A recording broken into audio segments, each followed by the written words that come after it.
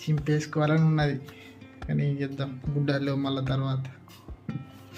ఎందుకంటే మీరు ఇచ్చిన బిగ్గెస్ట్ గిఫ్ట్, లైఫ్లో మర్చిపోలేని గిఫ్ట్ అండి, నిజం.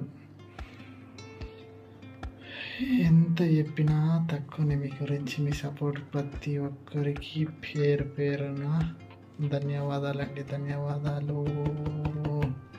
Thank you so much, love you all. ఏం చెప్పాలి ఇక, నేను సంతోషం అంతా ఇంత కాదు మీరు ఇచ్చిన సపోర్ట్ వల్ల. కానీ ఒక్కనే సింగల్.